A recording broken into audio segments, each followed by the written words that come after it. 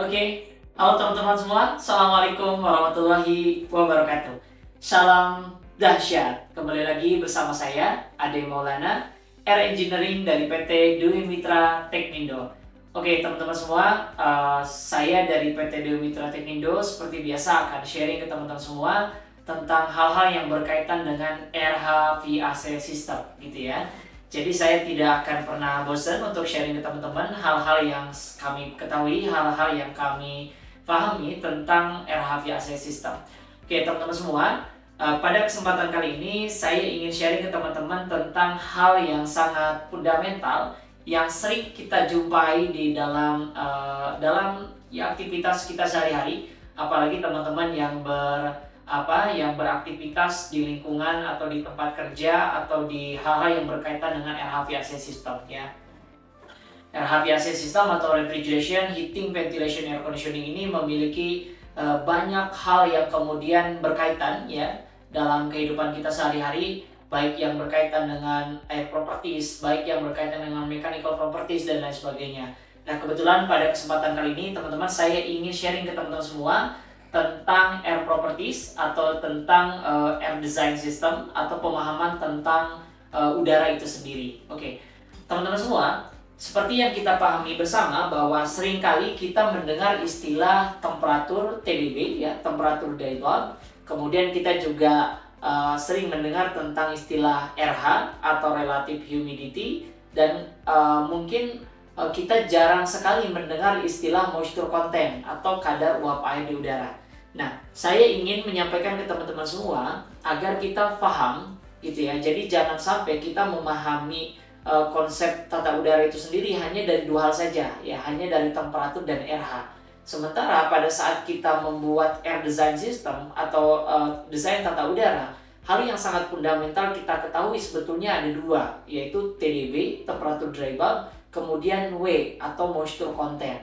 Sementara yang kita pahami selama ini adalah temperatur dan RH. Lalu kenapa Pak? Kenapa sekarang yang sering munculnya itu adalah temperatur dan RH, tidak temperatur dan W? Ya mungkin karena alat ukur yang dipakai untuk W itu tidak semudah alat ukur yang dipakai untuk RH gitu. Jadi banyak sekali notifikasi kita itu istilah yang sering kita dengar itu adalah temperatur dan RH untuk udara itu sendiri. Jarang sekali kita mendengar W atau moisture content. Sementara teman-teman, kalau misalnya kita mendesain only cooling, mungkin kita nggak perlu menghiraukan istilah moisture content. Tetapi kalau misalnya kita akan mendesain RH, apalagi RH-nya sangat ekstrim, misalnya RH-nya 10%, 15%, 40% gitu ya, itu kita harus punya concern tersendiri terhadap W atau moisture content. Bahkan ya teman-teman, untuk RH hanya 55 plus minus 5% saja pada temperatur 23 plus minus 2 derajat Celcius, kita juga harus mempertimbangkan faktor W itu sendiri. Kenapa? Karena W inilah yang kemudian akan menentukan seberapa besar relative humidity yang akan didapat atau achievement ya yang tercapai di dalam ruangan itu sendiri. Ya sederhana teman-teman.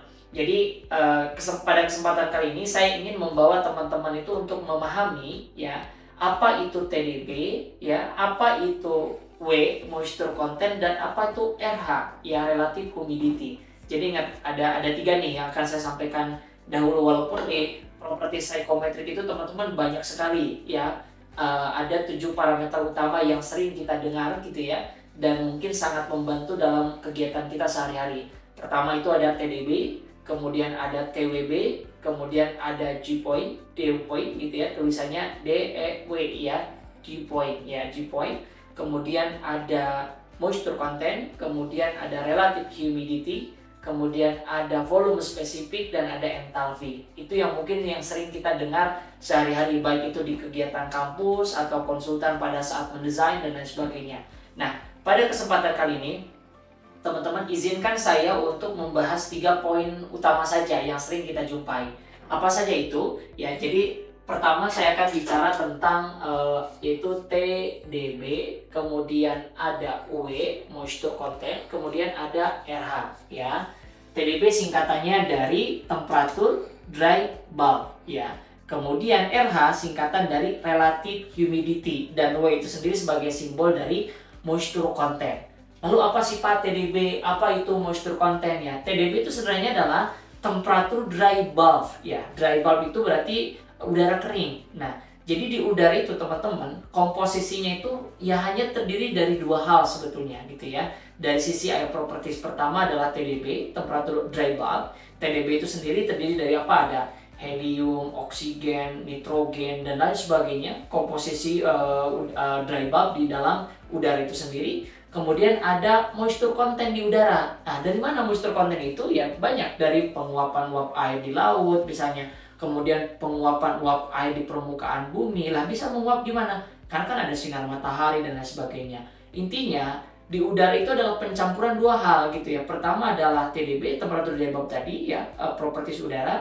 Kemudian dicampur dengan uap air. Nah, kemudian setelah bercampur inilah kemudian jadilah properties udara.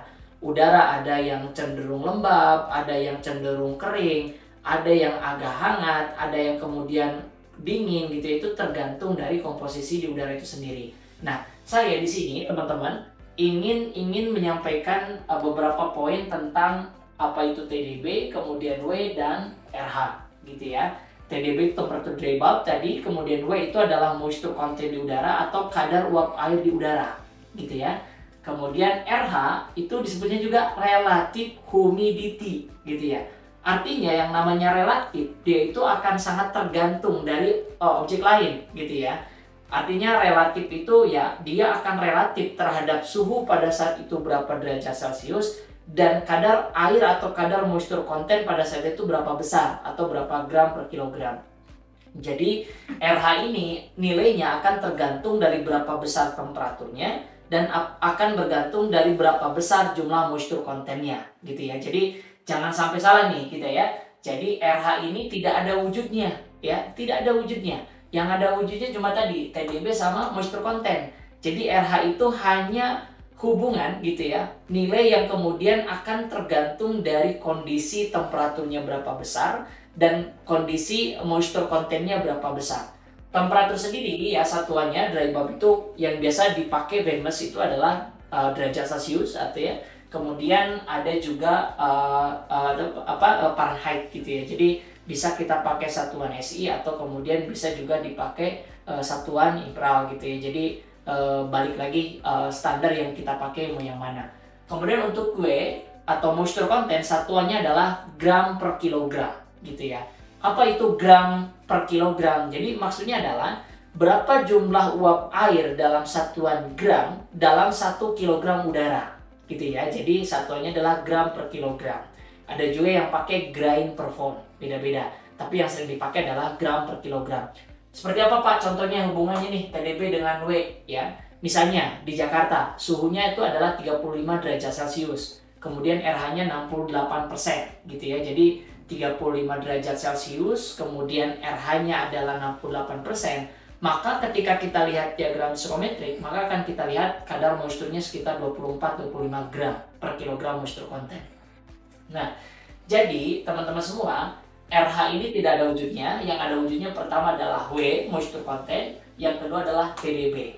Lalu bagaimana cara kita Pak memahami gitu ya, memahami korelasi antara tiga poin ini. Nanti akan saya kasih simulasi sederhana yang lebih visible, kemudian secara logisnya bisa diterima gitu ya. Tapi tadi balik lagi, satuan-satunya TDB adalah derajat Celcius, W adalah gram per kilogram moisture content, kemudian RH satuannya adalah persen. Kenapa disebut persen? Kan dia akan menunjukkan persentase. Persentase itu apa? Gimana maksudnya? Jadi pada kondisi suhu tertentu ya, di udara dia itu punya kapasitas kemampuan menampung uap air ya. Kalau penampungnya udah mendekati 100% atau mendekati penuh, maka itu disebut dengan 100%. Kalau misalnya pada saat itu di suhu 23 ya, misalnya gini teman-teman, suhu 23 derajat Celcius atau 35 derajat Celcius RH 100%, mungkin kadar airnya sekitar 27 atau misalnya 30 gram gitu ya. Tetapi pada saat itu suhu 35, kemudian kadar airnya yang terbaca adalah 23 gram atau 25 gram. Maka level RH-nya akan di bawah gitu ya. RH-nya sekitar 68%. Kenapa? Karena dia tidak penuh. Jadi visualisasi sederhananya akan saya jelaskan melalui mekanisme ini teman-teman. untuk kita memahami perbedaan antara suhu, kemudian RH dan moisture content, saya akan kasih visualisasi teman-teman dari gelas ini ya. Teman-teman semua, gelas ini kalau saya analogikan ini adalah suhu ya. Jadi ada gelas, itu adalah suhu ya. Jadi permisalannya itu adalah gelas ini adalah suhu. Yang namanya suhu itu punya ukuran, bisa kecil, bisa besar ya, bisa sangat kecil, bisa sangat besar.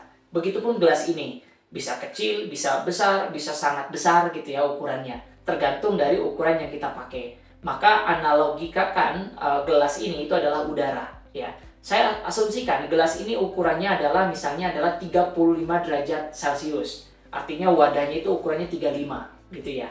Kemudian moisture content itu adalah air ya, air yang saya masukkan ke dalam gelas ini. Saya kasih simulasi teman-teman. Ini adalah air, kemudian saya ambil airnya ya, kemudian saya isi. Gitu ya. Ini saya isi. Teman-teman semua bisa lihat. Sekarang saya punya dua hal di sini yang ada wujudnya. Pertama adalah gelas atau udara tadi, kedua adalah air. Ya, jadi di sini ada dua objek yang kita lihat. Pertama, ada gelasnya, ada airnya. Gitu. Air itu adalah moisture content. Jadi ada suhu, ada air, dan setiap wadah itu punya kemampuan batas maksimum dia menampung. Kalau misalnya dia mendekati titik maksimum, maka RH-nya akan semakin tinggi. Lalu apa itu RH? Namanya juga relative humidity. Nah, RH itu adalah level. Ya, ini kita bisa lihat gelasnya ukuran 30 gitu ya. Sorry, tadi 35 kita asumsikan. Kemudian saya isi air. Misalnya air yang saya isi adalah 18 gram misalnya ke dalam wadah ini. Dan kita lihat levelnya berapa persen nih. Ya, kita bisa lihat kalau level ini adalah 100%, maka level air sekarang itu berapa persen? Ya, kita bisa lihat mungkin levelnya sekitar ya 55%. Artinya pada saat 35 derajat Celcius saya isi air 18 gram, maka RH yang akan tercapai adalah sekitar 55% ya. Kalau sekarang wadahnya saya kecilin ukurannya teman-teman, misalnya wadahnya saya kecilin menjadi awalnya 35, saya kecilin setengahnya gitu ya, setengahnya saya kecilin. Jadi berapa? Dari 35 saya kurangin setengahnya, misalnya jadi 15 ukurannya. Maka levelnya ketika wadahnya saya kecilin, maka level akan naik dan terus akan naik sampai mendekati titik jenuh. Nah, pada saat dia mendekati titik jenuh, maka dia akan tumpah. Ya, tumpah itulah yang disebut dengan kondensasi proses. Kenapa kondensasi? Karena dia sudah melewati titik lampau maksimum titik jenuh dia, gitu ya. Jadi titik jenuhnya adalah misalnya ini 35, kemudian misalnya titik jenuhnya ada di sini gitu ya. Pada saat dia mengecil 35, kalau misalnya kita lihat di psikometrik 35, 68 mungkin dew point-nya ya sekitar 27-an. Pada saat wadah ini mengecil ke ukuran 27, maka dia akan mendekati level maksimum 100%. Kalau misalnya saya kecilin lagi ke 25, maka airnya akan tumpah. Itulah yang terjadi di air conditioning. Ketika kita dinginkan udara kita sekecil mungkin, maka akan banyak air yang kemudian teradsorb, ya, terkondensasi atau terdehidrasi. Nah, pada saat itulah kadar uap air di udara akan menjadi kering. Lalu, bagaimana ketika kita mendesain tata udara? Jadi kita jangan hanya pedulikan levelnya. Karena kalau kita ngontrol level saja dengan membesar atau mengecilkan wadah, kita belum tentu dapat jaminan RH yang tercapai berapa besar. Karena sebenarnya yang lebih esensial adalah wadah dan airnya, bukan levelnya. Ketika kita bisa merekayasa besar kecil wadah, ketika kita bisa merekayasa besar kecil moisture content, maka dengan itu kita akan bisa merekayasa berapa besar RH yang akan kita capai di ruangan, berapa besar temperatur yang akan kita capai di dalam ruangan.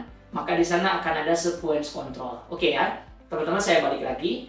Jadi saya menjelaskan teman-teman, ini wadah ini adalah suhu, moisture content itu adalah air, dan level air ini adalah RH. Kalau wadahnya saya besarkan, maka level akan turun. Begitupun yang terjadi di udara kita. Ketika udaranya kita panaskan, ya sensible heating, maka levelnya akan turun, RH-nya akan turun, padahal airnya nggak berubah. Airnya tetap sama, tapi wadahnya yang membesar. Ketika wadahnya membesar, level jadi turun.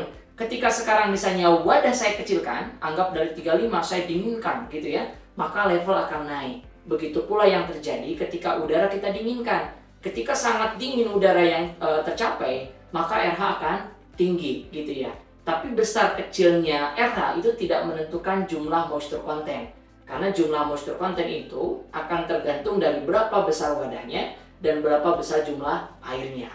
Maka RH itu adalah hanya konsekuensi dari jumlah air yang ada dan dari besar wadah yang ada, gitu ya. Makanya turunannya banyak. Kita akan belajar nanti humidifikasi, kita akan belajar dehumidifikasi, kita akan belajar cooling sensible ya, sensible cooling. Kita juga akan belajar bagaimana proses sensible heating dan kolaborasi di dalam psychometric process.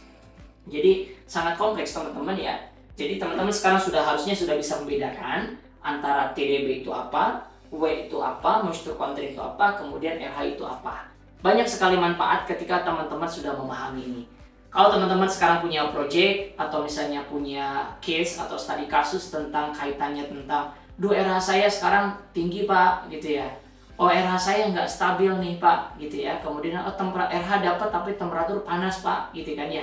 Jadi ada banyak sekali kasus di lapangan yang berkaitan dengan ini. Karena tentunya negara kita adalah negara yang klimatnya adalah tropis gitu ya. Jadi temperaturnya sedikit hangat, kemudian RH-nya cukup tinggi, ya moisture content di udaranya tinggi. Jadi kasus-kasus ini pasti sering terjadi. Oleh sebab itu saya mengajak teman-teman untuk kemudian kita memahami apa saja kaitannya antara TDB, kemudian moisture content dan RH. Semoga bermanfaat. Itu saja yang bisa saya sampaikan. Dari saya Ade Maulana, Air Engineering PT Dwi Mitra Teknindo. Terima kasih. Bye-bye.